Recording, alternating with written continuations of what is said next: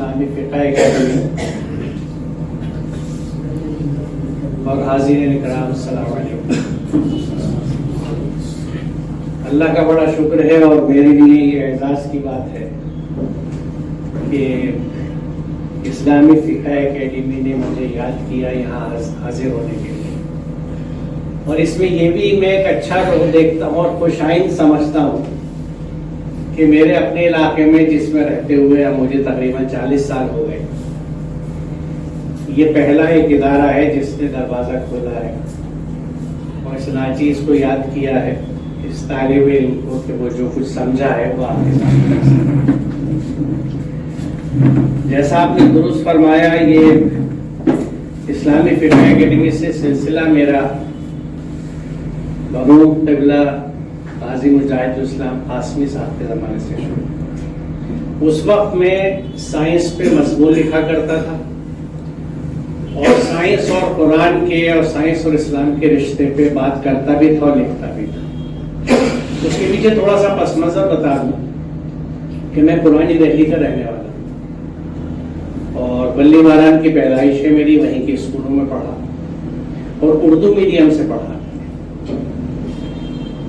تو اینگلو کے اسکول میں جب میرا داخلہ ہوا تو وہاں پہ صبح کی اسمبلی جہاں ہوا کرتی تھی، کیمسٹری لیب کے سامنے کی جگہ کی ایک میدان تھا، وہاں عموماً مولوی عبد المقتدر صاحب صبح تھوڑی سی کچھ اچھی بات کیا کرتے تھے، اور وہی عبد المقتدر صاحب تھے سنبھل کے جنہوں نے پھر مجھے آگے چل کے عربی زبان بھی پڑھائی۔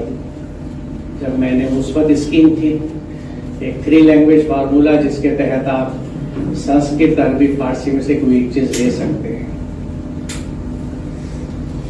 تو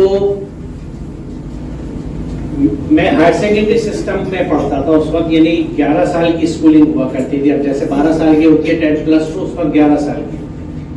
تو سبجیکٹ ہم لوگ 9th میں لے لیتے تھے، آج بچے 11th میں لیتے ہیں۔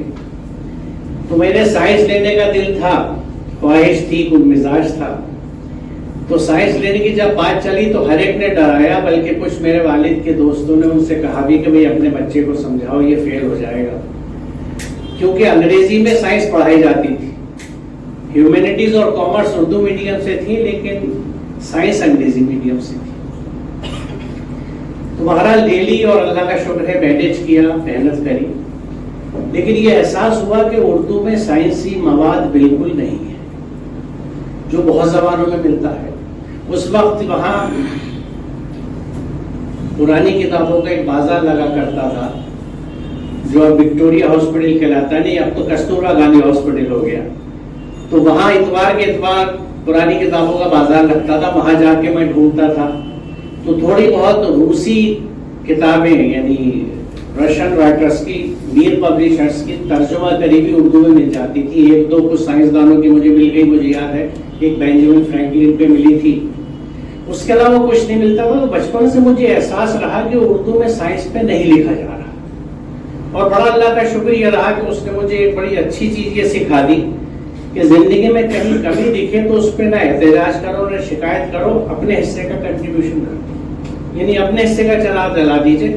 اندھیروں کو گالی دینے کوسنے کاٹنے سے کچھ نہیں ہوتا، اپنا چراغ جلائیے، جتنا تیل آپ کے پاس ہے اتنا ڈال دیجیے، اور جب تک وہ چراغ جلے جلائیے، آگے اللہ کو جلانا ہوگا تو انتظام کر دے گا، تیل آتا رہے گا، چراغ جلتا رہے گا۔ تو اس جذبے سے میں نے تھوڑا سا ہی اسٹیبل ہو کے زندگی میں اردو میں سائنسی مضمون لکھنے شروع کیے۔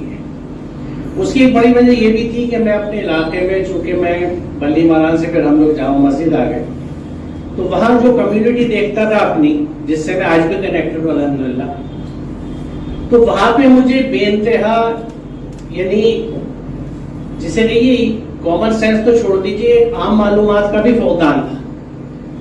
مثال طور پہ، اور آج بھی صورتحال وہی ہے کہ کھانے کے بارے میں لوگوں کو واقفیت نہیں ہے کہ بیلنس ڈائٹ کیا ہوتی ہے، متوازن غذا کیا ہے، مجھے کیا کھانا چاہیے کیا نہیں کھانا چاہیے۔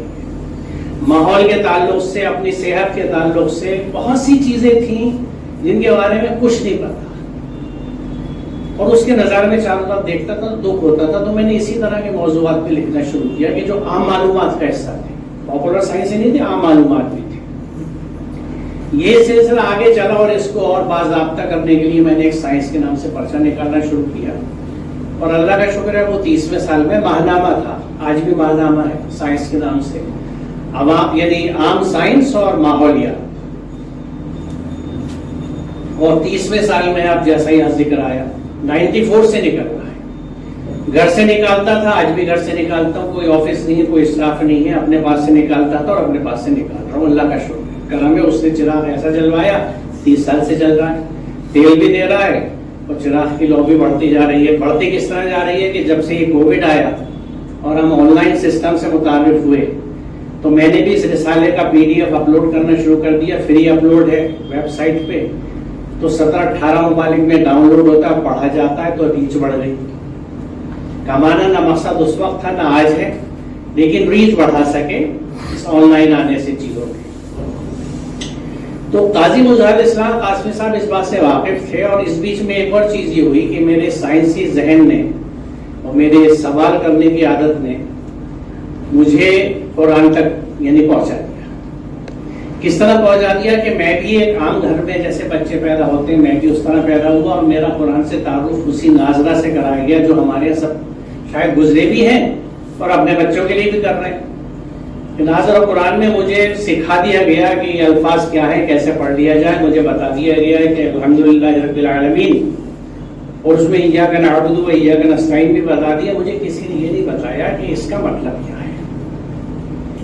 جب مطلب نہیں پتا تھا تو ظاہر میرے اندر نہیں اترا، اسیملیٹ میں نے نہیں کیا، جیسے غذا اسیملیٹ نہ ہو تو جزو بدن نہیں بنتی، یہ قرآن بھی میرا جزو فکر نہیں بنا، میری روح تک نہیں پہنچا، میری فکر تک نہیں پہنچا، تو میں وہیں کا وہیں رہا اور قرآن کے مرحلے سے بھی گزر گیا۔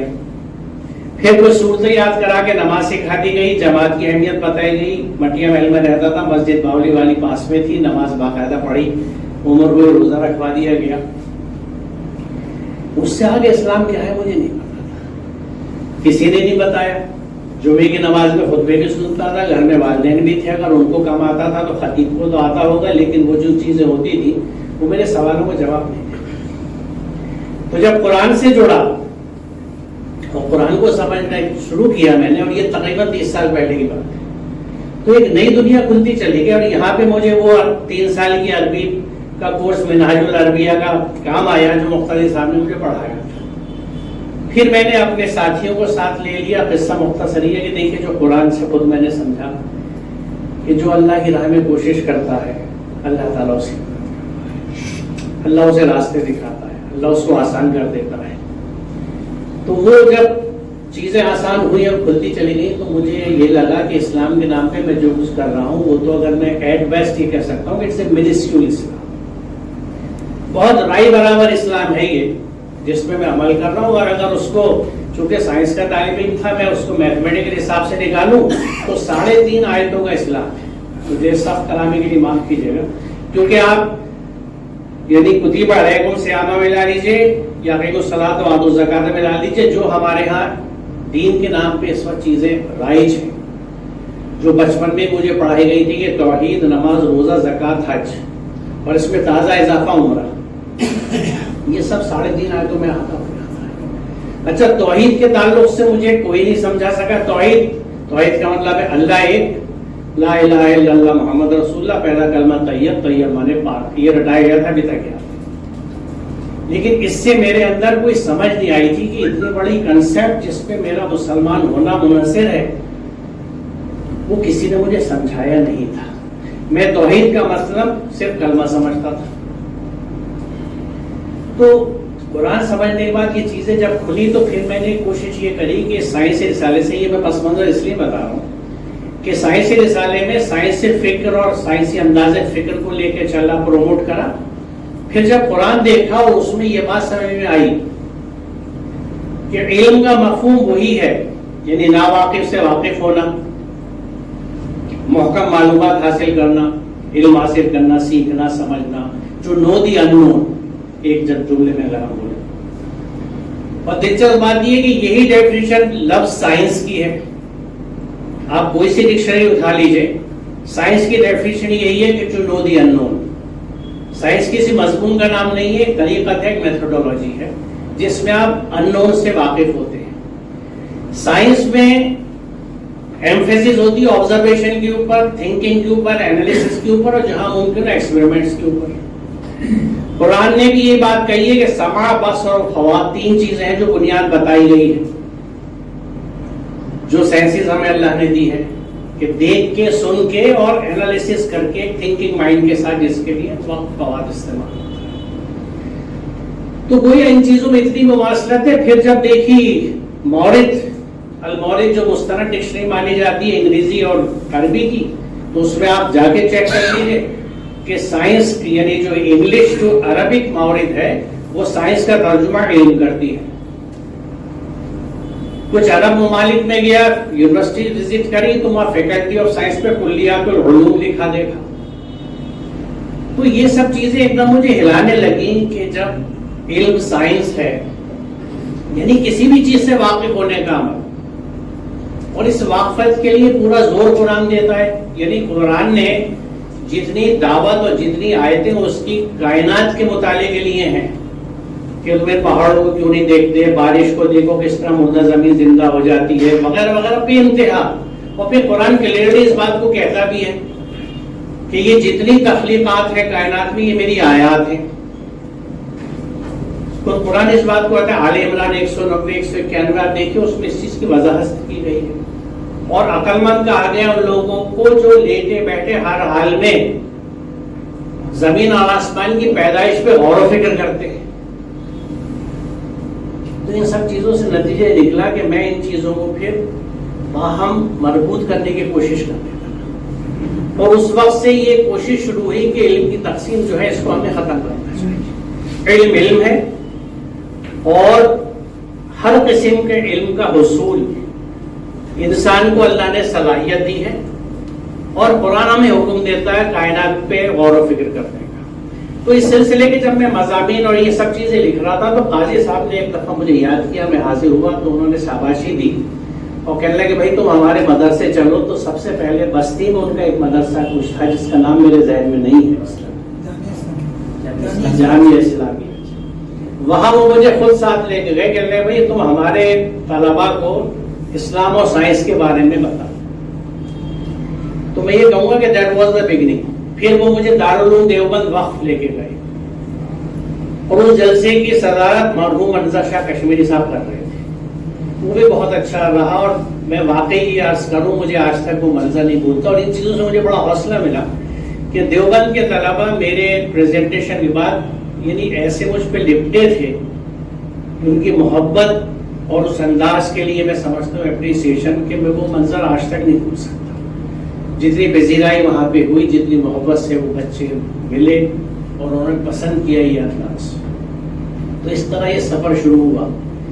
اور قرآن و سائنس, قرآن و ماحولیات, بلکہ اس سلسلے میں شکر گزار بھی ہوں کہ قاضی صاحب اور پھر بعد میں خالد سیف اللہ رحمانی صاحب بھی مجھ سے اتنی محبت کرتے تھے اور ہیں کہ میری کچھ فرمائشیں بھی سن لیتے تھے. ماحول کے تعلق سے میں نے اکثر یہ بات کہی کہ حضرت یہ فساد فی الارض ہے, جو پالوشن ہے, اس کو اس رخ سے لے کے چلنا چاہیے.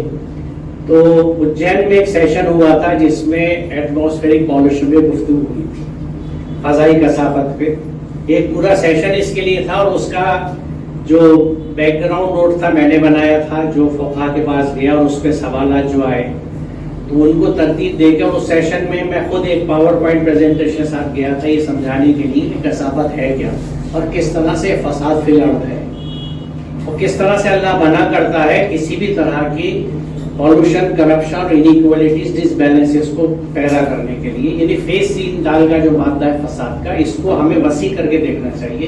یہ صرف جھگڑا نہیں ہے, جھگڑا فساد نہیں ہے, بلکہ فیس سین دال کے مادے میں بہت کچھ ہے جو قرآن کے احکامات پہ آج کے زمانے سے نئی روشنی ڈالتا ہے, اور اس حساب سے ہمیں اس پہ فکر کرنی چاہیے. اور اللہ کا شکر وہ سیشن بہت اچھا رہا تھا, اور اس کی ریکمنڈیشنز آج بھی موجود ہیں جو آپ کے یہاں چھپ بھی چکی ہیں. تو یہ سب چیزوں سے گزرنے کے بعد میں دن بدن اس نتیجے پہ پہنچنے لگا کہ ہماری جتنی خرابیاں ہیں اور جو کمیاں ہیں اور جو نقصانات ہیں جن کا وقتاً فوقتاً تذکرہ ہوتا رہتا ہے, مثال کے طور پہ 1971 سے ہمیں یاد آیا کہ اقرا کا حکم تو پڑھنے کا تھا، لہذا تعلیم پہ زور شروع ہوا۔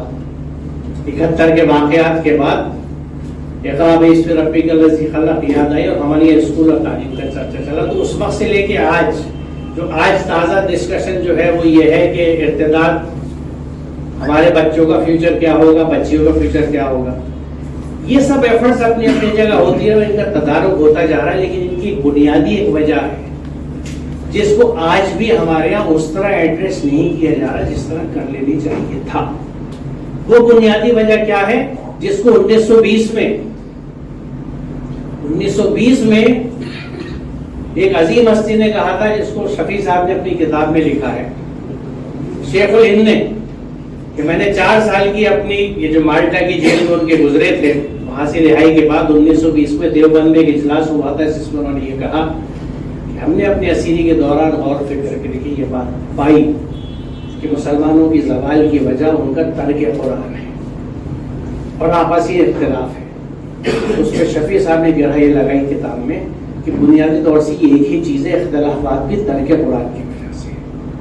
اس کا ایک ویڈیو کلپ ہے اسرار صاحب کا جس میں انہوں نے یہ کہا ہے کہ ہمارے علماء نے بھی قرآن ترک کیا ہے، اور اس ویڈیو میں وہ یہ کہتے ہیں کہ تم جو سر ہلا رہے ہو، یعنی اگر تم ایگری نہیں کرتے تو تم بتا دو کہ کہاں پہ قرآن پہ وہ زور ہے جو ہونا چاہیے۔ ہم فقہ پہ اور حدیث پہ لگے ہوئے، قرآن پہ وہ یعنی وہ سینٹرلٹی نہیں ہے قرآن کی، وہ مرکزیت نہیں ہے جو ہونی چاہیے۔ تو ہمارے لیے تکلیف دہ بات یہ ہے، خاص طور سے اس طالب علم کے لیے، کہ 1920 سے 100 سال سے اوپر ہو چکے ہیں۔ یہ بات کسی معمولی ہستی نے نہیں کی تھی، شیخ الہند نے کی تھی۔ کیا اثر ہوا 100 سال میں؟ کہاں پہ قرآن کے لیے ایمفیسس ہو گئی؟ نتیجہ ظاہر ہے کہ ہمارے ہاں ناظرہ قرآن کی اولادیں جوان ہو رہی ہیں، بڑی ہو رہی ہیں، ختم ہو رہی ہیں، اور یہ بشر سرگن چل رہا ہے۔ دیکھیں، میں اپنی بات شروع کرتے ہوئے، کیونکہ یہ بہت اہم چیز ہے، پہلی آیت اس سلسلے کی جو ہے وہ اس کو ڈیفائن کرتی ہے کہ یہ ایک بڑی برکت والی کتاب ہے جو اپنے تمہاری طرف نازل کی ہے تاکہ لوگ اس کے آیت پر غور کریں اور عقل و فکر رکھنے والے سے سبق لیں۔ یعنی قرآن اپنا مقصد نزول یہ بتا رہا ہے کہ لوگ اس کی آیت پر غور و فکر کریں۔ یہ غور و فکر ہمارے یہاں کہاں ہوتا ہے؟ آپ کو علم ہو تو بتا دیجیے، مجھے نہیں ملتا۔ خال کہیں پہ ہے، انفرادی طور پہ کوئی باضابطہ انسٹیٹیوشن ہو ایسا تو چند کچھ ہو سکتی ہے، این جی او، ریسرچ انسٹیٹیوشنز، لیکن مین اسٹریم انسٹیٹیوشنز میں قرآن کی آیات پہ غور و فکر نہیں ہے۔ تو یہیں سے یہ کھلتی ہے بات کہ قرآن سے ہماری انڈرسٹینڈنگ اور رشتہ ہے کیا۔ اس آیت میں اور کئی جگہ ہے قرآن میں یہ بات کہ لوگ اس کی آیت پر غور و فکر کریں، اور بات صرف مسلمانوں کی بھی نہیں ہے، کوئی بھی کرے، کیونکہ یہ قرآن پوری انسانیت کے لیے ہے۔ یہ صرف ہمیں جو دیا گیا ہے، ہم حاملین قرآن ہیں، لیکن قرآن از ناٹ مینٹ فار اس۔ قرآن کہیں پہ یہ نہیں کہتا کہ مسلمانوں کے لیے ہے، ہدی للناس، پوری انسانیت کے لیے ہدایت ہے۔ اسی سلسلے کی اگلی آیت جو علم کا بھی ذکر کرتی ہے، سورہ نمل ہے 83 سے 85، کہ جس دن ہر امت میں سے فوج جمع کریں گے ان لوگوں کی جو ہماری آیتوں کو جھٹلاتے تھے، پھر ان کی جماعت بندی کی جائے گی، یہاں تک کہ جب وہ آ جائے تو اللہ تعالیٰ پوچھے گا کہ تم نے میری آیت کو جھٹلایا تھا حالانکہ تم ان کو اپنے احاطہ علم میں بھی نہیں لائے تھے۔ یہ میں نے سوچ سے لکھا ہے، قَالَ كَذَّبْتُمْ بِآيَاتِي وَلَمْ تُحِيطُوا بِهَا عِلْمًا مَاذَا كُنتُمْ تَعْمَلُونَ۔ یہ بڑی اہم بات ہے کہ مَاذَا كُنتُمْ تَعْمَلُونَ، تم کر کیا رہے تھے، what was it you did؟ تم نے میری آیتوں کو جھٹلا دیا بنا ان کا علم احاطہ کیے، without comprehending them with your knowledge۔ تم یہ نہیں کر رہے تھے تو کیا کر رہے تھے؟ کیا مطلب اس کا کہ یعنی یہ عین مقصود ہے کہ ہم قرآن کی آیات کا علمی احاطہ کریں۔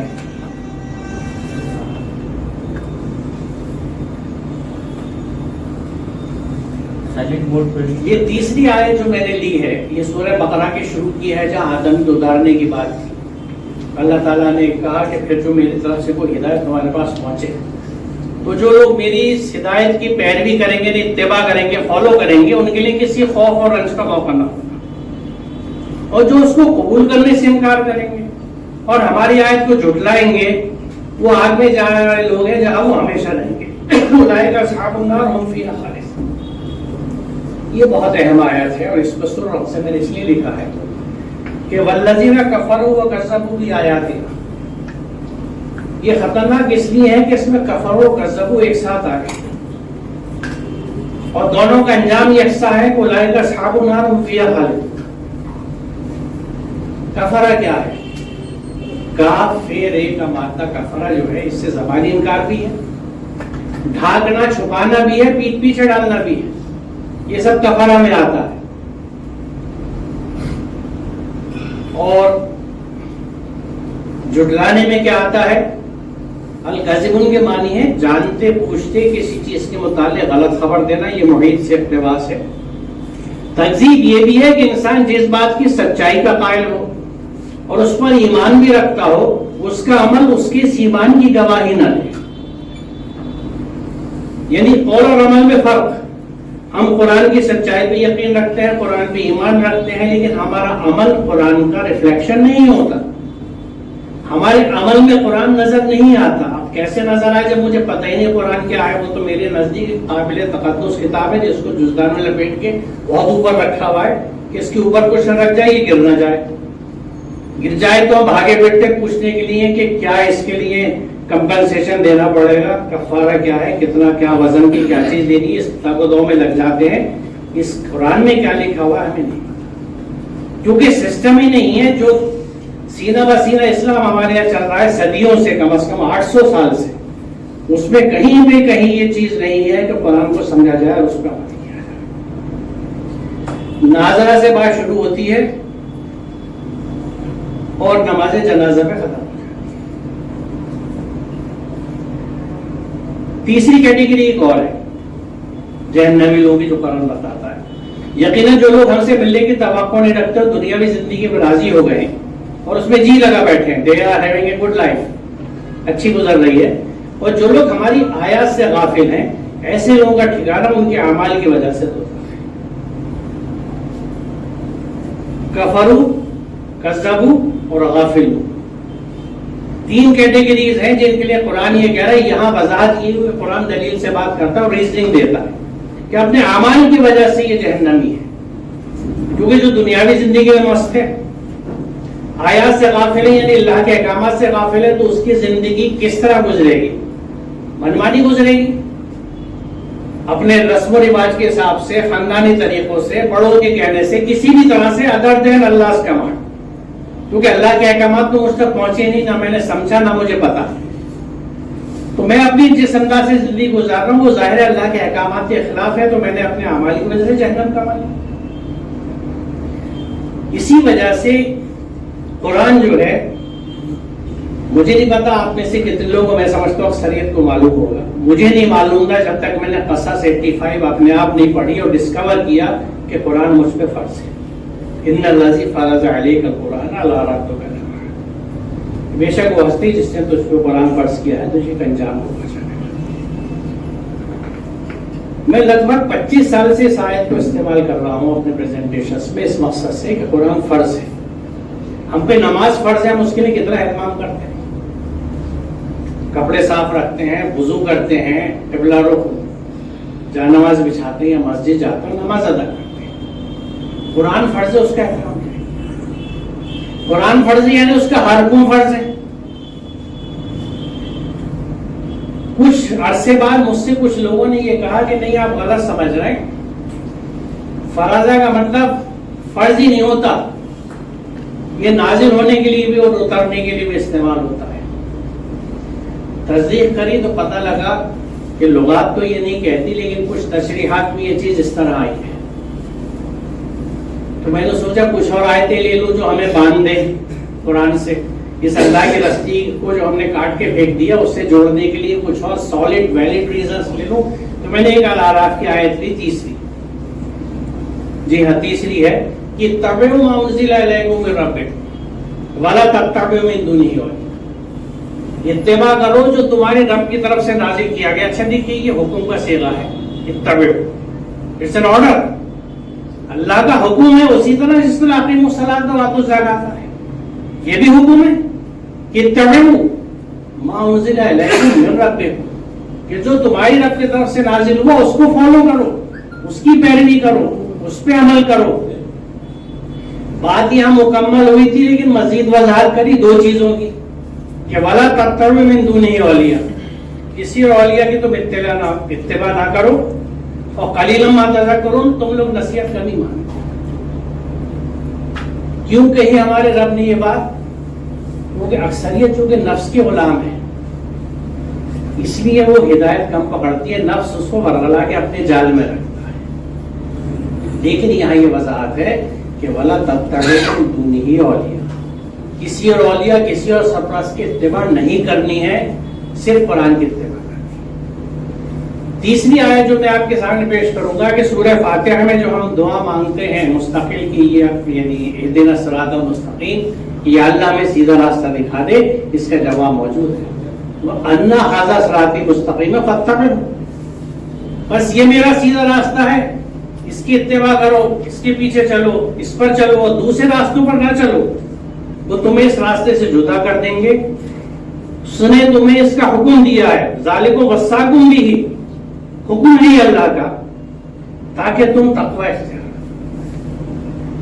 تقوی کیا ہے؟ سمپلیسٹ ٹرمز میں کہ جو اللہ نے کہا وہ کرنا ہے، جس سے منع کیا وہ نہیں کرنا، یعنی 100% سبمیشن ٹو ڈیوائن گائیڈنس، اللہ کے احکامات میں مکمل اتباع۔ اب دیکھیے سورہ بقرہ کی جو شروع کی آیت کے میں نے سلائڈ دکھایا تھا کہ جو لوگ جو بھی ہدایت ہم تک پہنچے، جو اس کی اتباع کریں گے، وہاں بھی اتباع کی بات ہے، یعنی جہاں جہاں اللہ نے اپنی ہدایت کا ذکر کیا ہے، اتباع کا لفظ استعمال کیا ہے، کہیں پہ بھی سلیکٹو اتباع کا استعمال نہیں کیا گیا کہ تم کچھ احکامات کو اللہ کے چن لو اور باقی تمہارے لیے ہے ہی نہیں گویا کہ، کیونکہ ہماری میجورٹی کی جو کیفیت ہے، جیسے میں نے ابھی عرض کیا، نہایت معذرت کے ساتھ اور معافی چاہتے ہوئے جسارت کے لیے، کہ اللہ کے چند احکامات کو، جس کو ہم انگلش میں چیری پکنگ کہتے ہیں، کچھ احکامات کو ہم نے چن لیا ہے اور وہ ہمارے دین کا حصہ محض بن چکے ہیں کہ وہی ہے۔ دیکھیے ان کی اہمیت سے کسی کو انکار نہیں ہے، یہ میں ڈسکلیمر ہمیشہ کہتا ہوں کہ صوم، صلاۃ یا زکوٰۃ، حج کی اہمیت سے کسی کو انکار نہیں ہے، فرض ہے، پورے اہتمام سے ہونا چاہیے، لیکن سوال یہ ہے کہ کیا اللہ کے احکامات صرف یہی ہے قرآن میں؟ باقی احکامات کے لیے کس نے سند دے دی؟ کہاں سے ہم ان کو بھلا چکے اور صحیح معنوں میں وہ طاقے نسیاں ہو گئے؟ کہیں ذکر ہی نہیں ہے، کسی ڈسکورس میں بات نہیں ہوتی۔ اب یہ آیت میں نے اس لیے لی کہ یہ کتاب ہم نے، وہی بات آتی ہے، کتاب ہم نے تمہاری طرف برحق نازل کی، لہذا تم اللہ ہی کی بندگی کرو، دین کو اسی کے لیے خالص کرتے ہوئے، یاد رکھو دین خالص اللہ کا۔ اب دین کے مفاہیم جو ہے تین ہے لغات کے حساب سے، اتباع، قانون اور یوم الدین، یوم الحساب، جو مالک یوم الدین ہم سورہ فاتحہ میں۔ تو اطاعت اور قانون صرف اللہ کا ہے، یہ اسی کا حق ہے، اور اس کے لیے دین کو خالص کر کے رکھنا ہے کہ اللہ، جیسے اتبعوا ما انزل الیکم من ربکم والی بات کہی گئی، یہاں پہ یہ بات کی جائے کہ دین خالص اللہ کا ہے۔ یہی وہ چیز ہے جس کو ہم لا الہ الا اللہ کہتے ہیں، محمد رسول اللہ صلی اللہ علیہ وسلم، لا الہ الا اللہ۔ یقیناً آپ نے غور کیا ہوگا کہ یہ کلمہ انکار سے شروع ہوتا ہے، کوئی اللہ نہیں ہے سوائے اللہ کے۔ یہی دو مرحلے ہیں اس کے جو ہماری زندگی میں محیط ہوتے ہیں۔ جب تک لا الہ کے مرحلے سے نہیں گزریں گے، اللہ پہ نہیں آ سکتے۔ جب تک چھوٹے اللہ میاں نہیں ہٹیں گے، اصل اللہ میاں نہیں آئیں گے زندگی میں۔ اب آپ کہیں گے کیا بکرائی ہے؟ چھوٹے اللہ میاں کون سے؟ ہم تو الحمدللہ ایک اللہ کے ماننے والے ہیں، ماریں گے مر جائیں گے اللہ کے نام پہ، کیا مجال کوئی کچھ کہہ دے، خالص توحید پرست۔ تقریر بڑی اچھی لگتی ہے، جو صاحب یہ جذباتی تقریر کر رہے ہیں ان سے ذرا پوچھ لیجیے کہ معلوم ہے قرآن میں کیا لکھا ہوا ہے؟ سمجھتے ہو قرآن کو؟ قرآن کے نوٹس بنا رکھے، ڈوز اینڈ ڈونٹس بنا رکھے کہ بقرہ نے کن چیزوں میں کرنے کا حکم دیا، کن چیزوں سے روکا ہے۔ قرآن کی ہر سورہ کے ڈوز اینڈ ڈونٹس کے نوٹ ہیں گھر میں کہ کس سورہ میں اللہ نے کیا کرنے کا حکم دیا اور کس چیز سے منع کیا۔ یہ اگر ذہن میں نہیں ہے تو زندگی کیسے گزر رہی ہے؟ میری زندگی کے فیصلے کیسے ہو رہے ہیں؟ بات بہت سخت ہے اور قبل از وقت کہہ رہا ہوں، لیکن ریلیونٹ اس لیے بتا رہا ہوں کہ سورہ مائدہ کی آیت نمبر 44 دیکھ لیجیے. اللہ تعالیٰ یہ کہتا ہے جو اس کے مطابق یعنی جو یہ قرآن نازل ہوا ہے فیصلے نہ کرے یہی تو کافر ہے. آپ اندازہ لگائیے کیا کر رہے ہیں ہم قرآن کے ساتھ. یاد کیجئے، میں یاد کر کے کانپتا ہوں کہ میری زندگی کون کون سے فیصلے میں نے قرآن کے ساتھ سیکھیے جہاں میں نے قرآن کھولا نہیں، کنسلٹ نہیں کیا اور اپنے فیصلے کر لیے. بچپن سے لے کے بڑے ہونے تک قرآن کے حساب سے تو میں کافر ہوں. میں بھلے میں چیختا رہا ہوں کہ میں الحاج بھی ہوں اور کون ہوں، محمد اسلم پرویز الحمدللہ نام ہے میرا، مسلمان ہوں، جان دے دوں گا لے لوں گا. قرآن تو کچھ اور کہہ رہا ہے. اور 3 باتیں کہی گئی ہیں آگے پیچھے 44 اور 45 47 غالباً، کہ جو لوگ اس کے مطابق فیصلہ نہ کریں جو اللہ نے نازل کیا، پہلے ان کو کہا گیا کافر، دوسری آیت میں کہا گیا ظالم، تیسرے میں کہا گیا فاسق. مائدہ میں تینوں آیتیں موجود ہیں جو یہ بتاتی ہیں کہ جو اللہ کے قرآن کے حساب سے نازل ہوئی کتاب کے حساب سے فیصلے نہ کریں وہی کافر ہے، وہی فاسق ہے، وہی ظالم. اب اس رخ سے اگر ہم دیکھیں کہ ہماری زندگی میں قرآن کا کیا حکم ہے، تو لا الہ الا اللہ جو ہے اس میں بڑا مرحلہ جو بڑا چیلنجنگ ہے وہ لا الہ کا ہے. کہ جو اللہ ہماری زندگی میں موجود ہے ان کو کیسے ہٹائیں کہ اللہ میاں کی استھاپنا ہو. کیونکہ جب جگہ صاف ہوگی جبھی تو کوئی چیز رکھی جائے گی. میں ٹیچر رہا ہوں تو اس بات کو اکثر ایسے کہتا ہوں کہ جب آپ ٹیچر کلاس میں آتا ہے تو پہلے بلیک بورڈ صاف کرتا ہے پھر لکھتا ہے. تو ذہن کی سلیٹ بھی صاف ہونی بہت ضروری ہے. اور جو چھوٹے اللہ میاں ہیں ہمارے یہاں بہت سارے، ان چھوٹے اللہ میاں میں جو سب سے بڑے اللہ میاں ہیں وہ ہمارا نفس ہے، دل، خواہشات، منمانی زندگی. جو تھوڑے دن پہلے بڑا نوجوانوں میں ہمارا سلوگن مشہور تھا کہ اٹس مائی لائف، میری زندگی ہے جیسے چاہوں گزاروں. اکثر لوگ آج بھی بھٹکے ہوئے بچے ہمارے کہہ دیتے ہیں، جو بھٹکے اس لیے ہیں کیونکہ ماں باپ نے وقت نہیں دیا. بچے میں خرابی نہیں ہوتی. کمہار اگر چاک پہ اچھا برتن نہیں بنا رہا تو وہ کمہار کا اس کے ہاتھوں کا قصور ہے. چکنی مٹی تو ایک سی آئی تھی بلکہ بہترین آئی تھی. لقد خلقنا الانسان فی احسن تقویم. اللہ تعالیٰ نے ہر انسان کو بہترین ساخت پہ پیدا کیا اور ہر چیز کا علم اسے دے دیا گیا. جو یہ بات کہی گئی خیر، تو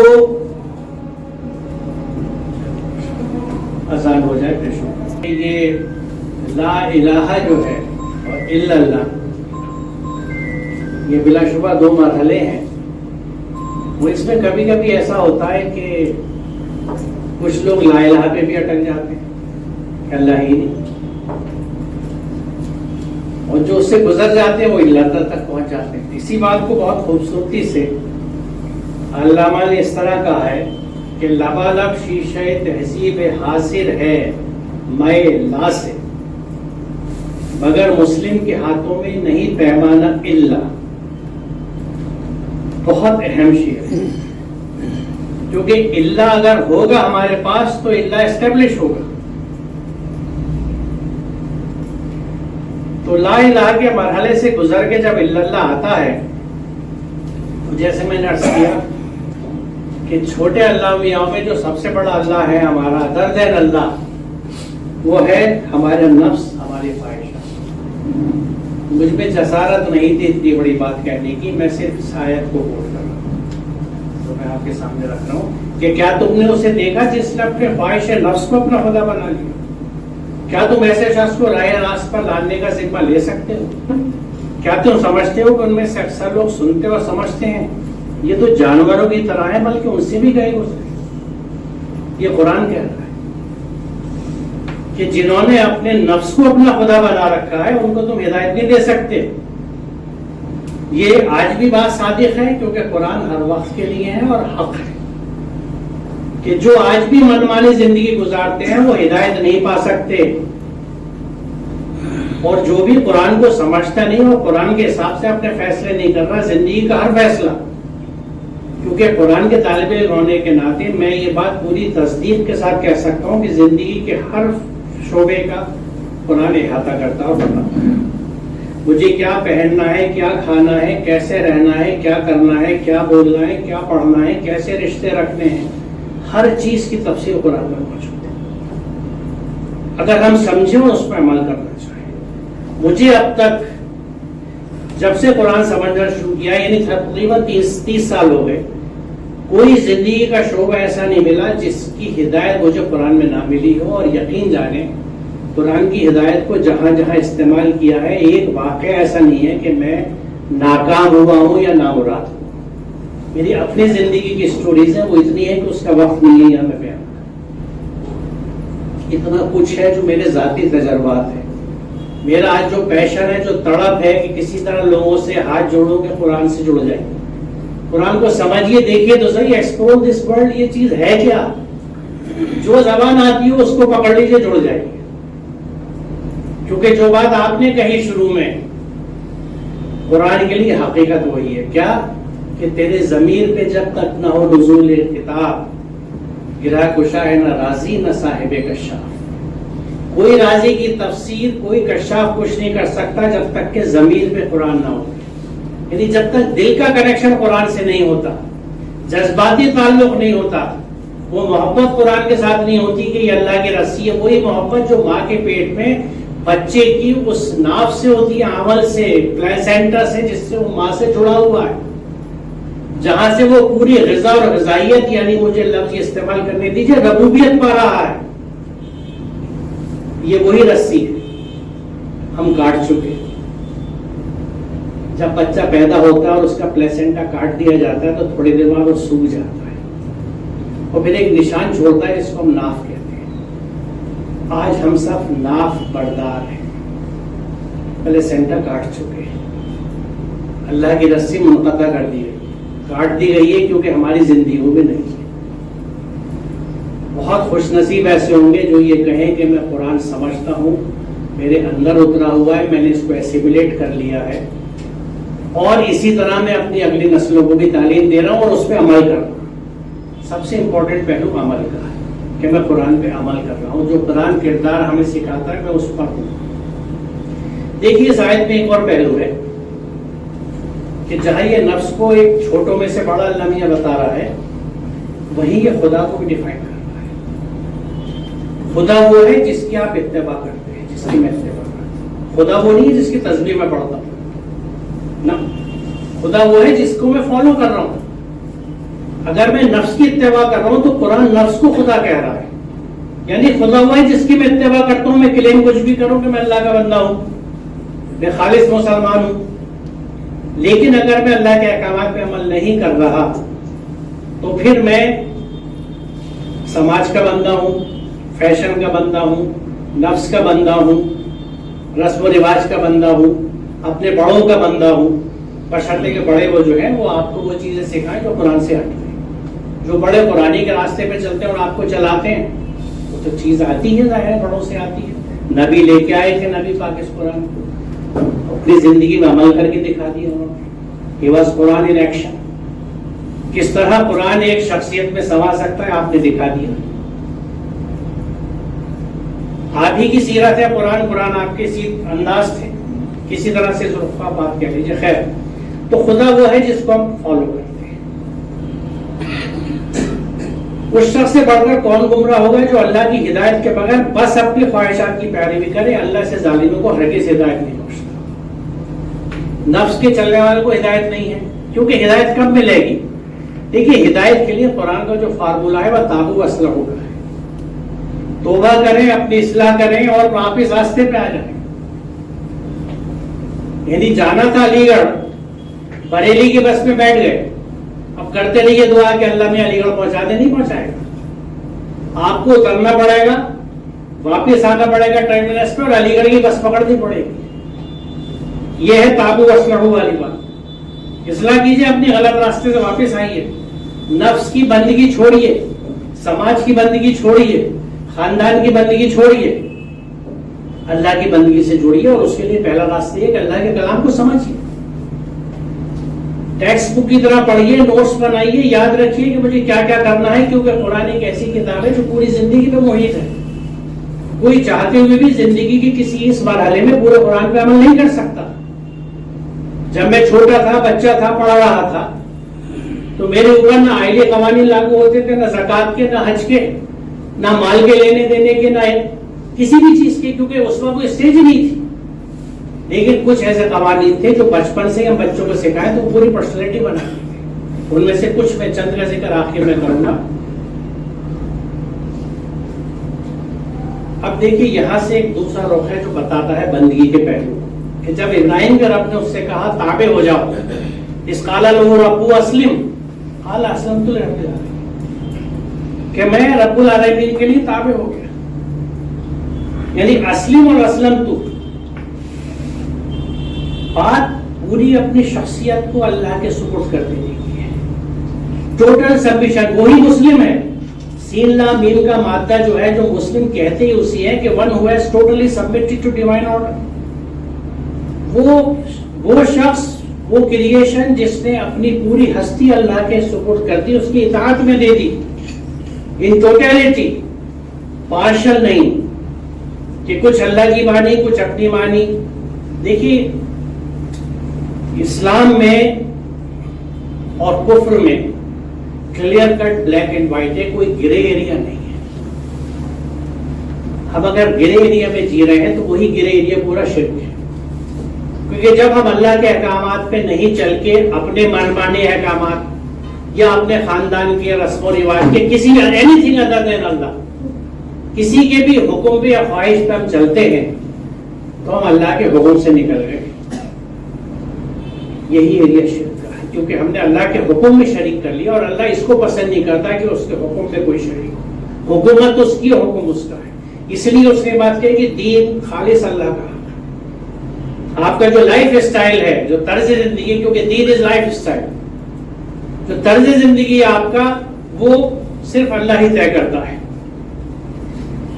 یہی بات ابراہیم اور یعقوب نے اپنے بیٹوں کو سمجھائی. اے بیٹو، بے شک اللہ نے تمہارے لیے دین چن لیا ہے، اس لیے تم اس وقت تک موت لائے کہ تم مسلم. ہمارا کتنا آسان فارمولہ ہے، محمد اسلم پرویز کیوں مسلمان ہو بھائی؟ جیسا مسلمان گھر میں پیدا ہوا تھا، میرے ابا مسلمان تھے، دونوں مسلمان تھے الحمدللہ. مسلم محلے میں پیدا ہوا، بچپن سے نماز سکھا دی گئی تھی، پڑھا رہا ہوں، روزہ بتا دیا گیا تھا، رکھ رہا ہوں، اس لیے مسلمان ہوں. یہاں نبی کے بچوں سے کہا جا رہا ہے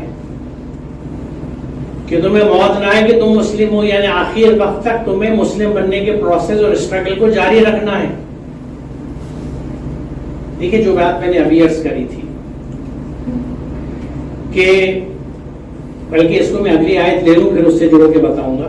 اے لوگوں جو ایمان لائے ہو، یا ایھا الذین آمنوا، اللہ کا تقوی اختیار کرو جیسا کہ اس کا حق ہے. تم کو موت نہ آئے مگر اس حال میں کہ تم مسلم. اب یہاں دو باتیں میں عرض کر دوں کہ یا ایھا الذین آمنوا میں بریکٹ میں جو لکھا ہے کہ اللہ کے نظام امن میں آئے ہو، اس کی وجہ یہ ہے کہ ایمان کا مادہ الف میم نون ہے. یہ بڑی اہم بات ہے. اور آپ اگر لغات دیکھیں تو مومن کا مطلب یہ ہے کہ امن کا ضمانتی، گارنٹر آف پیس. اس لیے اللہ تعالیٰ کے ناموں میں سے ایک نام المومن بھی، کیونکہ وہ امن کا ضمانتی ہے. اس کے نظام میں ہر جگہ امن ہے، unless until انسان کہیں پہ فساد پھیلا دے. فساد ہمارے ہاتھوں سے پھیلتا ہے، اللہ کا نظام امن کا نظام ہے. تو دلچسپ بات یہ ہے کہ ایمان میں امن کا مادہ ہے، اور مومن کہتے ہی اس کو ہے جو ایمان کا ضمانتی ہو، گارنٹر آف پیس. اسلام میں سین لام کے مادے میں سلامتی کا پہلو ہے. تو ہم لوگ تو مجسم امن و سلامتی ہونے چاہیے تھے. کس وجہ سے نہیں ہے، چند آیتیں آگے آئیں گی جو اس بات کو سمجھائیں گی. لیکن یہاں میں عرض کر رہا تھا کہ جو چیز میں نے ابھی آپ سے عرض کری کہ قرآن ایک ایسی چیز ہے، کیونکہ اللہ نے تو اتباع کا حکم دیا کہ قرآن پہ عمل کرو، لیکن میں کسی ایک وقت میں پورے قرآن پہ عمل نہیں کر سکتا، کیونکہ قرآن جو ہے میری پوری زندگی پہ محیط. کچھ اس کے احکامات ہیں جو بچپن سے لے کے بڑھاپے تک چلیں گے میرے ساتھ اگر میں سمجھ کے چلوں. کچھ میری جوانی کے لیے ہوں گے، کچھ میرے بڑھاپے کے لیے، کچھ میں جب مال کماؤں گا اس وقت کے لیے ہوں گے. تو گویا صورتحال کیا نکل کے آتی ہے کہ روز کی زندگی میں اللہ کے احکامات کے حساب سے گزارتا ہوں تو میرا آج کے دن کا اسلام مکمل ہوا. ہر دن کا اسلام آپ کے سامنے نئے چیلنجز اور مسائل لے کے آتا ہے. اس دن کے چیلنجز اور مسائل کو آپ نے اللہ کے احکامات سے ہینڈل کیا تو وہ آپ کا اس دن کا اسلام پورا ہوا. اور یہ آخر وقت تک چلنا ہے. تم کو موت نہ آئے کہ تم مسلم ہونے کا عمل یا مسلمائزیشن کا عمل پوری زندگی چلتا ہے. روز صبح شام چلتا ہے, 24/7 چلتا ہے. ایک کلمہ پڑھ لینے سے ایک دفعہ میں مسلمان نہیں ہوتا. محمد اسلم پرویز نام رکھ کے مسلمان نہیں ہوتا. I have to submit to divine orders on day-to-day basis. ورنہ نبی کے اولاد کو یہ کہا جا رہا ہے کہ تمہیں موت نہ آئے کہ تم مسلم ہو, کیا وہ مسلمان نہیں تھے؟ ان کا پروسیس تھا جو پوری زندگی انہیں چل رہا تھا, اور یہی انہیں تاکید کر رہے تھے کہ دیکھو تمہیں موت نہ آئے کہ تم مسلم ہو. ہمارے یہاں جو دعا ہے, مقبول دعا اور بہت عام, وہ یہ ہے کہ مرتبہ کلمہ نصیب ہو جائے.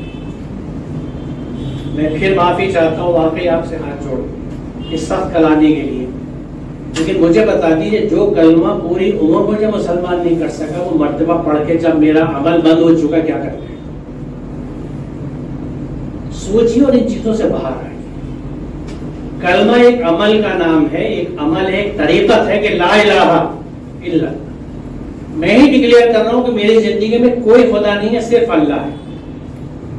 وہ میرا آقا ہے, میرا مالک ہے, میں اس کا غلام ہوں, میں اس کا بندہ ہوں, لیکن اس کو ثابت کروں میں اپنے عمل سے کہ میری زندگی کا ہر کام 24/7 اس کے احکامات کے حساب سے. جب یہ کہنا صحیح ہے, ورنہ تو زبانی کوئی ہے نا, زبان سے کہہ بھی دیا لا الہ تو کیا حاصل. یہ ہم سب مانتے ہیں, پھر عمل کیوں نہیں ہے؟ آج بھی ہم یہ بات, یہ شعر پڑھتے ہیں اور گھومتے ہیں سر, لیکن عمل وہی کا وہی رہتا ہے, کیونکہ نفس جو ہے یہ نہیں ہٹے گا. اچھا بچاتا کس طرح ہے؟ تو غفور الرحیم نقطہ نامہ سے بخش دے گا, تو بخش ہی دے گا. بہت سی اس میں اور بھی اسٹوریز ہیں جو بخشنے کے سلسلے سے آتی ہیں. قرآن نہیں کیا. آگے چلتے ہیں. پھر کیا تم اس میں موجود تھے جب یعقوب اس دنیا سے رخصت ہو رہا تھا؟ اس نے مرتبہ اپنے بیٹوں سے پوچھا, بچوں میرے بعد تم کس کی بندگی کرو گے؟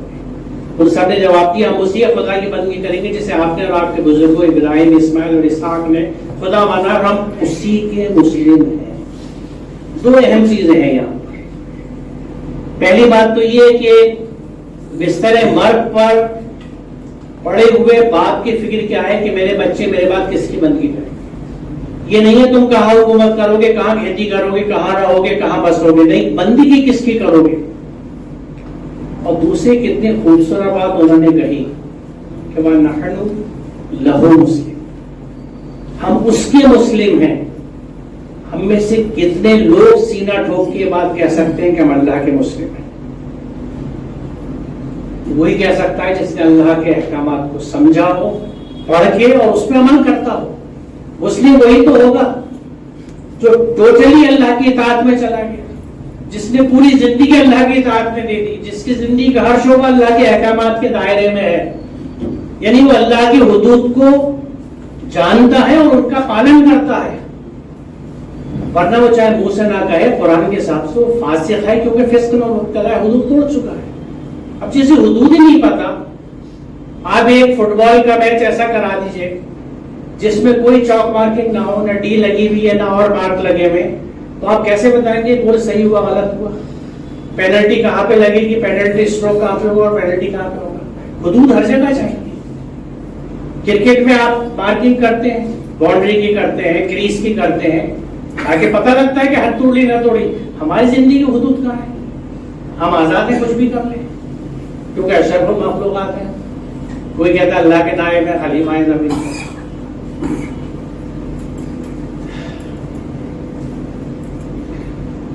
جو لوگ ایمان لائے اور تقویٰ کرتے رہے ان کے لیے خوشخبری ہے, یعنی بشارت ہے دنیا کی زندگی اور آخرت میں.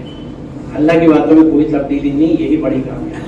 یہ میں عنایت اس لیے لی ہے کہ ایمان کے ساتھ عمل صالح یا تقویٰ جوڑ کے آتا ہے. الا الذین آمنوا وعملوا الصالحات, ایمان کے ساتھ عمل صالح جڑا ہوا ہے. یہاں آپ دیکھ رہے ہیں ایمان کے ساتھ تقویٰ جڑا ہوا ہے. ایمان ایک عقیدہ ہے, اس کا مظہر وہ اعمال ہے جو ہم کرتے ہیں.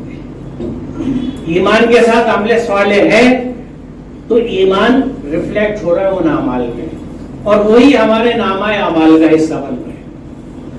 تو جو لوگ ایمان کے ساتھ تقوی کرتے رہے، دیکھیں شروع کی آیات میں اولئک اصحاب النار هم فیہا خالدون نے ڈیفائن کیا تھا کہ کون لوگ ہیں جن کو جہنمی کہا جاتا ہے، جہاں وہ ہمیشہ رہیں گے، جو کفر کرتے ہیں، جھٹلاتے ہیں یا غافل ہیں اللہ کے احکامات سے، آیات سے۔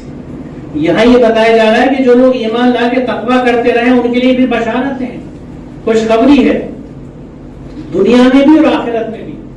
یعنی اللہ کے احکامات پہ چلنے والے دنیا میں بھی ذلیل و خوار ہوں گے نہیں، آخرت میں بھی، دونوں جگہ سے روئی ہے۔ دنیا میں ذلیل خوار کون ہوگا؟ وقت کی کمی کی وجہ سے میں نے کچھ آیتیں نہیں لی اور بڑی دیر اس بات پہ میں اپنے آپ سے جھوج رہا تھا کہ کروں نہ کروں، لیکن میں نے کہا پتہ نہیں لوگ سمجھیں گے، فقہ اکیڈمی والے کے نے موقع دے دیا تو اسٹیج ہی نہیں چھوڑ رہے، مائک پکڑ کے کھڑے ہو گئے۔ ایک آیت چھوڑی ہے میں نے، آپ گھر جا کے چیک کر لیجیے گا، بقرہ 85۔ تم کتاب کے ایک حصے پر عمل کرتے ہو، دوسرے ساتھ کفر کرتے ہو، تو جن میں سے جو ایسا کرے ان کی سزا اس کے سوا کیا ہے کہ دنیا میں ذلیل و خوار ہو کے رہے اور آخرت میں شدید ترین عذاب کی طرف لوٹا دیے جائیں۔ بقرہ 85۔ ہماری چہرے پکنگ یہی تو کہتی ہے، کتاب کے ایک حصے پر عمل کرتے ہیں، باقی ساتھ کفر کر رہے ہیں، اسے ڈھک دیا، پیچھے ڈال دیا، پتہ ہی نہیں کہاں ہے۔ میں نے بچپن میں سنا تھا کہ قیامت کی نشانیوں سے ایک نیا نشانی یہ ہوگی کہ قرآن کے الفاظ اڑ جائیں گے، شاید آپ نے بھی سنا، وہ الفاظ توڑ چکے۔ قرآن ہمارے لیے ہے کہاں؟ الفاظ وہ تھا جو ایک پیکر میں ہوتا، ایک جامع میں ہوتا، میرے اندر ہوتا تھا، میرے کردار کو بدلتا۔ ہمارے لیے تو Quran as if it doesn't exist, کیونکہ نہ وہ کتاب ہدایت ہے، نہ میں اس سے سبق سیکھ رہا ہوں، نہ میں اس سے اندر اتار رہا ہوں، جبکہ قرآن یہ کہہ رہا ہے کہ جو کچھ تم دنیا میں جمع کرتے ہو سب سے بہتر یہ ہے، ہوا خیر مما یجمعون، جو کچھ تم جمع کرتے ہو سب سے بہتر یہ قرآن ہے، اس کو ایسیمولیٹ کرو، اس کو جمع کرو، and then see what happens to you. آپ دیکھیے کیا آپ نے تبدیلی آئی۔ کروڑ پتی اس سکون اور ایمانداری سے، یعنی سکون کے ساتھ اور امن کے ساتھ نہیں رہیں گے جو آپ رہ لیں گے قرآن کو سمیٹنے کے بعد۔ اس سے بڑی نعمت کیا ہوگی آج کے زمانے میں کہ اگر آپ سکون سے جی رہے ہیں اور سکون سے سو رہے ہیں۔ ہر شخص کا درجہ اس کے عمل کے لحاظ سے ہے اور تمہارا رب لوگوں کے اعمال سے بے خبر ہے۔ اصل چیز عمل ہے۔ ہمارا خدا وہ ہے جو ہمارے عمل میں دکھتا ہے۔ میں اگر اپنی من پسند زندگی گزار رہا ہوں، اپنی پسند کی چیزیں کرتا ہوں، تو میرا خدا میرا من ہے، میرا دل ہے، میرا نفس ہے، جیسا قرآن کی وہ آیت کہتی ہے۔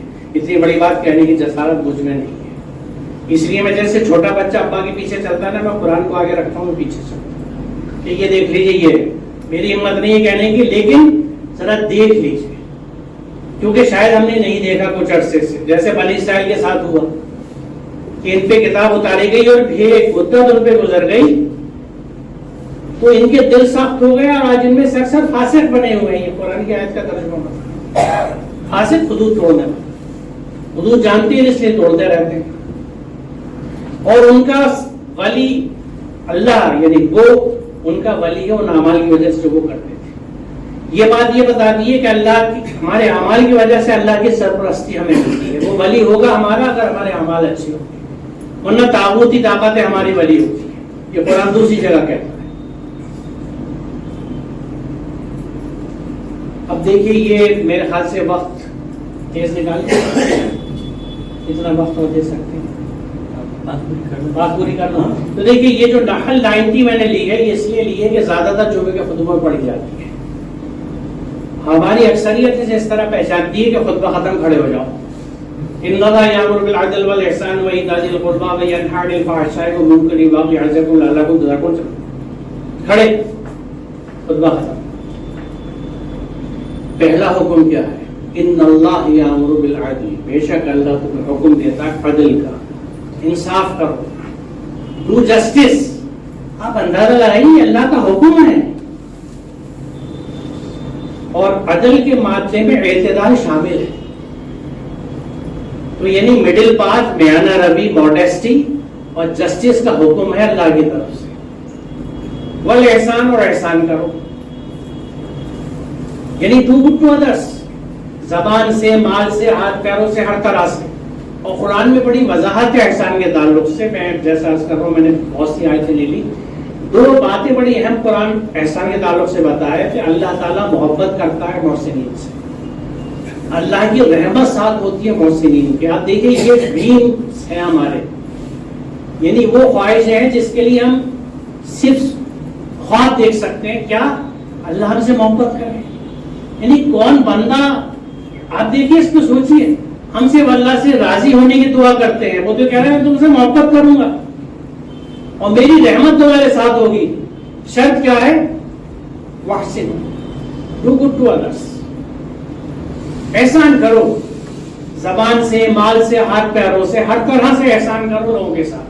اور قرآن کیٹیگریز بتاتا ہے, والدین کے بعد درجہ بدرجہ, قریب والے, رشتہ دار, پڑوسی, اجنبی پڑوسی وغیرہ وغیرہ, مسکین, ہر ایک کے ساتھ اچھا کرو. اور اس کو ایذا ذی القربیٰ سے جوڑ دیجئے کہ دو پاس والوں کو, تو احسان کا یہ بھی حصہ ہے کہ آپ کے پاس جو کچھ ہے وہ لوگوں کو دیجئے جو مستحق ہے, جو ضرورت مند ہے, جن کی ضرورت آپ سے زیادہ ہے اور مال آپ سے کم ہے ان کے پاس. یہ فرق نہیں پڑتا کہ آپ کے پاس 20 روپے یا 20 لاکھ ہے, جو کچھ ہے اس میں سے کچھ حصہ کسی اور کا جس کے پاس اتنے بھی نہیں ہے جتنے میرے پاس. یہ ہے قرآن کی تعلیم اور فلسفہ. ایک تیسری بات کیا کہی جو میں نے ابھی عرض کیا اسی میں, کہ ایذا ذی القربیٰ, پاس والے کو, تو اس کا میں نے ابھی ذکر کیا, اور 3 چیزوں سے منع کیا. وَيَنْهَىٰ عَنِ الْفَحْشَاءِ, جو بھی برائیاں ہیں, شین کے مادے میں تمام برائیاں آتے ہیں, خاص طور سے جو فحش, جس کو, کیونکہ دیکھیے عربی اور اردو کے استعمال میں فرق ہے. اردو میں فحش صرف لیوٹ کو کہا جاتا ہے, بے شرمی بے حیائی کی بات ہے. عربی میں فحش میں ہر برائی آتی ہے جس میں یہ بھی شامل ہے. تو برائیوں سے منع کیا جاتا ہے, منکرات سے, خلاف عقل جو چیزیں ہیں, اور بغاوتوں سے منع کیا جاتا ہے. 3 چیزوں سے منع کیا جا رہا ہے. یہ ہر زیادہ تر جمعے کے خطبوں میں ہم سنتے ہیں, لیکن آپ اندازہ لگائیے چونکہ سمجھتے نہیں ہیں, اس لیے ہمارے سماج میں انصاف بہت کم ہے. انصاف رشتوں میں نہیں ہوتا, انصاف ذمہ داریوں میں نہیں ہوتا. ذمہ داری میں انصاف کب ہے کہ میرا باس, میرا سپروائزر مجھے دیکھ رہا ہے یا نہیں دیکھ رہا, مجھے کام ایمانداری سے کرنا ہے کیونکہ اللہ دیکھ رہا ہے. یہ تصور ذہن میں ہونا چاہیے کہ ہوا معکم اینما کنتم, تم جہاں پہ بھی ہو اللہ تمہارے ساتھ ہے, وہ تمہارے ساتھ ہے. تو یہ مجھے احساس ہے کہ میرا رب ہمیشہ میرے ساتھ ہے, آئی ایم بینگ واچڈ. تو میرے رویے میں فرق آ ہے. لوگ اندھیروں میں, تنہائی میں جو حرکتیں کرتے ہیں یہ سوچ کے کہ ہمیں کوئی نہیں دیکھ رہا, وہ اگر یہ ذہن میں رکھیں مجھے اللہ دیکھ رہا ہے, تو شاید وہ رک جائے. اگر ان کے دل سخت نہیں ہو گئے, خلاف نہیں چڑھ گئے ان کے دلوں کو, ان کے حرکتوں اور اعمال کی وجہ سے دل مردہ نہیں ہو گئے, کیونکہ وہ تو کوئی ریٹن آف کیسز ہیں کہ جب تک وہ اپنی روش نہیں بدلیں گے. دوسری ایک چھوٹی سی آیت میں بہت بڑا حکم ہے, وَلَقَدْ كَرَّمْنَا بَنِي آدم, ہم نے بنی آدم کو تکریم کے لیے پیدا کیا. یہ اللہ کا حکم ہمیں یہ سمجھاتا ہے کہ ہمیں ہر انسان کی عزت کرنی ہے. ہندو, مسلم, سکھ, عیسائی, چوڑا چمار, سکا کوئی بھی ہو, کسی ذات کا, کسی رنگ کا, کسی حلیے کا, اللہ نے اس کو تکریم کے لیے پیدا کیا. بنی آدم, چلڈرن آف ایڈم, کوئی بھی ہے, انسان ہے, اس کی ہمیں عزت کرنی. یہ صرف 3 میں نے پیغامات لیے ہیں قرآن سے وقت کی کمی کی وجہ سے. دوسرا یہ ہے وَقُلْ لِعِبَادِي يَقُولُوا الَّتِي أَحْسَنُ, میرے بندوں سے کہہ دو زبان سے اچھا بولے, اچھا بولے. Speak best of the speech, کبھی منہ سے خراب نہیں بولتا. اور اس میں کوئی ایکسیپشن نہیں ہے. قرآن میں کئی جگہوں پہ ریلیف ملا ہے. اگر زندگی کے لالے ہو جان کے تو حرام چیز بھی آپ کھا سکتے ہیں بشرطے کہ بغاوت کی نیت. یہاں ایبسولوٹ ہے کہ زبان سے برا نہیں نکالنا. ایک جگہ صرف یہ ہے کہ سوائے اس کے جس پہ ظلم ہوا, لیکن وہاں پہ بھی یہ کنڈیشن ہے کہ پھر وہ پلٹ کے اتنی بات نہ کہے کہ وہ اس سے بڑا ظلم کر بیٹھے تو وہ پھر ظالم ہو جائے گا. اب یہ بڑا نازک اسکیل ہے کہ کس کا دل کتنا دکھا تو میرا کتنا دکھا, یہ میجریبل نہیں ہے, ناپ نہیں سکتے. تو اس لیے آیت پہ بھی آگے کہا گیا اگر تم معاف کر دو تو معلوم ہے. تو اصل بات کیا نکلی کہ کوئی آپ کو کتنا ہی برا کہے, کتنا ہی پرووک کرے, آپ کو برا کہے, کسی کو برا کہے, آپ کے قریب ترین, عزیز ترین کو اور مقدس ترین کو, آپ کو پلٹ کے برا نہیں کہنا. یہ ہے قرآن کا character. Whenever you speak best of the speech. لیکن یہ کہا کس سے جا رہا ہے؟ میری بات, میرے بندوں سے, جو اللہ کے بندے ہیں ان کی روش یہی ہوگی کہ وہ زبان سے کبھی برا نہیں بولیں گے. بدی کو اس نیکی سے دور کرو جو بہترین ہو. تم دیکھو گے کہ تمہارے ساتھ جس کی دشمنی پڑی ہوئی تھی وہ بہترین دوست بن گیا. یہ صفت نہیں ملتی مگر ان کو جو ثابت قدم رہتے ہیں. جو صبر کرنے والے لوگ ہیں انہیں پیشنس پلس پرزیویرنس. یہاں بھی صبر عربی والا صبر ہے, اردو والا نہیں ہے. اردو کا صبر جو ہے وہ گیو اپ بتاتا ہے کہ ہاتھ پیر چھوڑ کے بیٹھ گئے. عربی کا صبر آپ کو پیشنس اور پرزیویرنس, ڈٹے رہیے, استقامت سے ثابت قدم رہیے, کامیابی آپ کو. تو برائی کے بدلے میں بھی ہمیں برائی کرنے سے منع کیا. خاص طور سے آج کے زمانے میں لوگ مجھ سے بہت سوال کرتے ہیں اور کوشچن کرتے ہیں, راتہ چیلنج کرتے ہیں, صاحب آج کے زمانے یہ بات آپ کیسے کہہ رہے ہیں. میں نہیں کہہ رہا, قرآن کا. آپ اپنے حساب سے حل نکالتے رہیے اپنے مسائل کے. تو آج دیکھ لیجیے آپ الجھتے چلے جا رہے ہیں, آپ کو حل نہیں مل رہا. حل قرآن ہی کے پاس ہے. قرآن کا کردار اپنائیے, قرآن کی ہدایت اپنائیے, اور پھر دیکھیے جو ماضی میں گزرا ہے, جو ہوا ہے, وہی اچھا ہوگا. لیکن بہرحال یہ اپنی سوچ ہے, ہم کچھ نہیں کر سکتے. 2 آیتیں میں صرف آخر میں اس بات کی رکھ رہا ہوں جو قرآن سے اعراض برتنے کے لیے اللہ تعالیٰ کی وارننگس ہیں. ہم نے خاص اپنے پاس سے تم کو ایک ذکر عطا کیا ہے. جو کوئی اس سے منہ موڑے گا وہ قیامت کے روز سخت بارے گناہ اٹھائے گا, اور ایسے سب لوگ ہمیشہ اس کے بوال میں گرفتار رہیں گے اور قیامت کے دن کے لیے بڑا تکلیف دے گا. اس میں بہت اہم بات یہ ہے کہ ہمیشہ اس کے بوال میں گرفتار رہیں گے. یعنی ترک قرآن کرنے والے, قرآن کو بھلا دینے والے ہمیشہ اس کے بوال میں گرفتار رہیں گے. یعنی زندگی تنگ ہوگی, زمین بھی تنگ ہوگی, علاقے بھی تنگ ہوں گے, ہر چیز تنگ ہوگی. یہ قرآن کہہ رہا. ہم نے خاص اپنے پاس سے تمہیں ذکر عطا کیا ہے. جو کوئی اس سے منہ موڑے گا, من اعرض عنہ, اعراض برتنے کی بات ہے, منہ ادھر کو کر لیں گے, قیامت کے روز سخت بارے گناہ اٹھائیں گے, گناہوں کا بوجھ اٹھائیں گے, اور ایسے سب لوگ ہمیشہ اس کے وبال میں گرفتار ہیں. یہ ہمیشگی ہے اس وبال کے ساتھ. دوسری آیت اس بات کو دوسرے انداز سے کہتی ہے, یہ تاہا کی ہے دونوں. اور جو میرے ذکر سے منہ موڑے گا اس کے لیے دنیا میں تنگ زندگی ہوگی, معیشت تنگ ہوگی, اور قیامت کے روز ہم اسے اندھا اٹھائیں گے. وہ کہے گا پروردگار دنیا میں تو میں آنکھوں والا تھا, یہاں مجھے اندھا کیوں اٹھایا. اللہ تعالیٰ فرمائے گا اسی طرح تیرے پاس ہماری آیات آئیں تو تو نے انہیں بلا دیا, اس طرح آج ہم تجھے بلا دیں گے.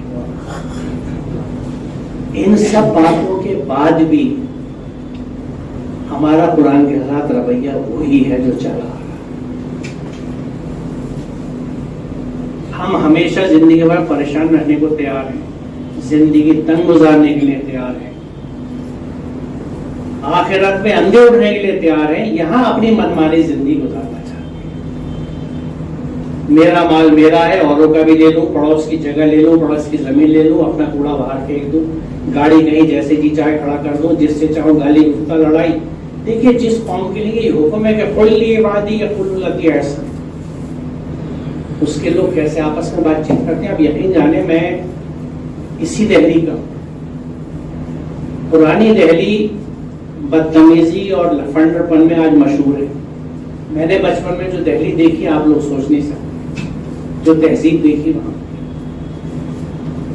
آج کیا حالت ہے کہ گلی کے باہر میں کھڑا ہوتا ہوں کبھی, اور اکثر کھڑا ہوتا ہوں, تو بائکوں پہ اور اسکوٹیوں پہ جو لڑکے جا رہے ہیں وہ مغلظات سے ایک دوسرے کو بات کرتے جا رہے ہیں. انہیں یہ احساس نہیں ہے کہ میں اپنی گلی میں نکل رہا ہوں, آس پاس میں عورتیں اور کون کون لوگ ہیں.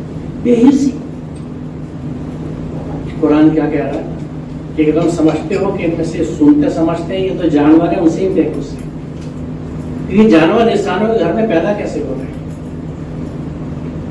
کیونکہ جو گودیں ان کو پالتی تھی اور پرورش جو ماں باپ دیتے تھے وہ ماں باپ ہی ہم نہیں ہیں. اسمبلی لائن خراب ہو چکی ہے.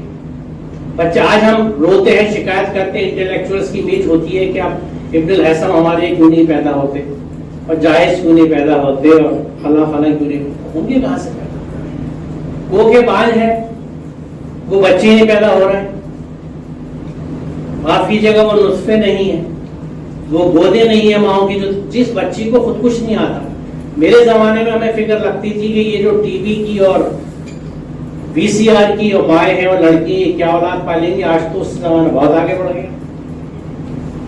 مچ ریور ہے جسے کہنا much water has fluid down the river. بہت پانی بہ چکا پل کے نیچے سے. اب تو کس کو وقت ہے اپنے سوشل میڈیا سے. جس بچی کی ہم جلدی کرتے ہیں شادی کرنے کے لیے، میں آخری بات کہہ کے اپنی بات ختم کر رہا ہوں. ہمارے یہاں سوچ کیا ہے؟ بچی سیانی ہوگی شادی کرو. بہت اچھی بات ہے، آپ نے سوچا شادی کر دوں، لیکن یہ تو سوچیے آپ شادی کر رہے ہیں تو کیا کر رہے ہیں آپ دوسرے خاندان کو ان کی اگلی نسلوں کی ماں دے رہے ہیں. کیا آپ نے اس کو تیار کر لیا کہ وہ اگلی نسلوں کی ایک اچھی ماں بن سکے تعلیم و تربیت سے؟ کیا اس کو قرآن شناس بنا دیا؟ وہ دین سے واقف ہے، وہ جانتی ہے صفات اللہ کیا ہوتا ہے، اللہ کا رنگ کیا ہے. خود اللہ کے رنگ میں نہیں لگی ہوگی تو اولاد کیسی پیدا کرے؟ اور اگر آپ نے یہ نہیں کیا تو ان اللہ یامر بالعدل آپ پہ نہیں لاگو. Have you done justice with your children? بچوں کی صحیح تربیت نہیں کری، آپ نے لڑکی کو بایولوجیکلی میچور ہوتی شادی کر دی تو انصاف نہیں کیا آپ نے. اللہ کا جواب دیا. اور دیکھ لیجئے گا سورہ تکویر کی آیت نمبر 9 میں کیا کہا جا رہا ہے کہ زندہ درگور کری ہوئی عورتوں سے پوچھا جائے گا تم کس جرم میں قتل کیا. یہ آیت بڑی وسیع ہے. یہ قتل صرف جسمانی قتل نہیں ہے، یہ تعلیم و تربیت دے گی کسی شخصیت کو ختم کر دینا کہ اسے تعلیم و تربیت کے مواقع نہیں ملے، اس کی شخصیت بن کے نہیں، اس کو بے اثر کر دینا. یہ قتلہ کے مادے میں شامل ہے، خود قرآن میں استعمال ہوا. وہ الگ ایک موضوع ہے، میرا ایک یوٹیوب پہ لیکچر ہے اس کا. یہ فرسٹ کوشچن، پہلا سوال تکویر پہ ہی ہے. پہلا سوال پہلا یہ پوچھا جائے گا اس سماج سے، ان لوگوں سے کہ تم نے ان عورتوں کو کیوں بے اثر کر دیا، اپنے آدھے سماج کو بیکار کر دیا. بہرحال باتیں بہت ہیں، اتنا کچھ ہے شیئر کرنے کے لیے. یہ آخری آیت ہے جس میں یہ کہا جا رہا ہے کہ حقیقت یہ ہے کہ اللہ کسی قوم کے حال کو نہیں بدلتا جب تک کہ وہ خود اپنے اوصاف کو نہیں بدلتی. خدا نے آج تک اس قوم کی حالت نہیں بدلی، نہ وہ جس کو خیال آپ اپنی حالت کے بدلنے کا. یعنی ہمیں اپنے اوصاف بدلنے پڑیں گے. ہمارے ساتھ ٹریجڈی کیا ہے کہ ہم یہ سمجھتے ہیں کہ ہم ٹھیک ہے نا دوسروں کو ٹھیک کرنا ہے. قرآن یہ کہہ رہا ہے کہ تمہیں اپنے آپ کو ٹھیک کرنا ہے، ہم یہ کہتے ہیں ہمیں دوسروں کو ٹھیک کرنا ہے. یہ دیکھ لیجیے تضاد. اور کسی قوم کی شامت لانے کا اگر اللہ فیصلہ کر لے تو پھر وہ کسی کے ٹالے سے نہیں ٹل سکتا. نہ اللہ کے مقابلے میں ایسی قوم کا کوئی حامی و مددگار ہو سکتا ہے. یہ سب سے خاص چیز ہے، اس کو نوٹ کیجیے. نہ اللہ کے مقابلے میں ایسی قوم کا کوئی حامی و مددگار ہو سکتا ہے. کیسی قوم کا؟ جس نے اپنے اوصاف نہیں بدلے، جس نے اپنے آپ کو نہیں بدلا. ہمارا حال کب بدلے گا؟ جب ہم اپنے آپ کو بدلیں گے. جس کو آج کل یہ کہا جاتا ہے نا کہ بی دا چینج. جو چینج آپ چاہتے ہیں وہ خود اپنے میں لائیے. آپ چاروں طرف اگر انصاف اور امن و شانتی چاہتے ہیں تو پہلے اسے اپنے یہاں لے کے آئیے. اپنے اوصاف بدلیے جب دنیا کے حال بدلیں گے. بہت شکریہ آپ کا. ایک چیز میں اور آخر میں عرض کر دوں آپ کی اجازت سے کہ میں میرا ایک یوٹیوب چینل ہے محمد اسلم پرویز کے نام سے. پرویز کی اسپیلنگ میری PARVIZ ہے جو یہاں آپ دیکھ رہے ہیں. اس چینل پہ اس انداز کے بہت لیکچرز ہیں میرے سائنس اینڈ مقامی کے تعلق سے. اور اسی چینل پہ آپ جائیں گے تو اس میں پلے لسٹ میں آپ دیکھیں گے، اسکرول ڈاؤن کریں گے تو میری کیٹیگریز ہیں ویڈیوز کی. اس میں ایک آپ کو ملے گا سمپلی قرآن. سمپلی قرآن کو آپ ٹچ کیجئے تو سمپلی قرآن کا جو ہمارا ہے اس کو ہم انگلش میں کہہ رہے ہیں کہ it is a scientific discourse on Quran. ایک سائنٹیفک ڈسکورس ہے قرآن پہ جو ہم شروع سے لے کے چل رہے ہیں. بقرہ پوری کر کے آل عمران کے آخر میں ہم آ چکے. تقریباً 2 سال ہو رہے ہیں اس پروگرام کو چلتے. اور اردو میں ہم کہتے ہیں کہ یہ اللہ کی آیات کا علمی احاطہ ہے. جو النمل کی 83 سے 85 میں آپ نے دیکھا تھا میری سلائڈ پہ کہ تم نے میری آیت کو جھٹلا دیا بنا ان کے علمی احاطہ کیے. اما ذا کنتم تعملون. تو میں اپنے آپ کو اس پکڑ سے بچانے کے لیے جتنی سوجھ بوجھ میرے اور میرے ساتھی کے پاس ہے ہم 2 بیٹھ کے علم احاطہ کرتے ہیں قرآن کے سمپلی. بہت شکریہ. اگر میں آپ لوگوں کی توجہ اور آپ کے وقت کے لیے بے حد مشکور ہوں.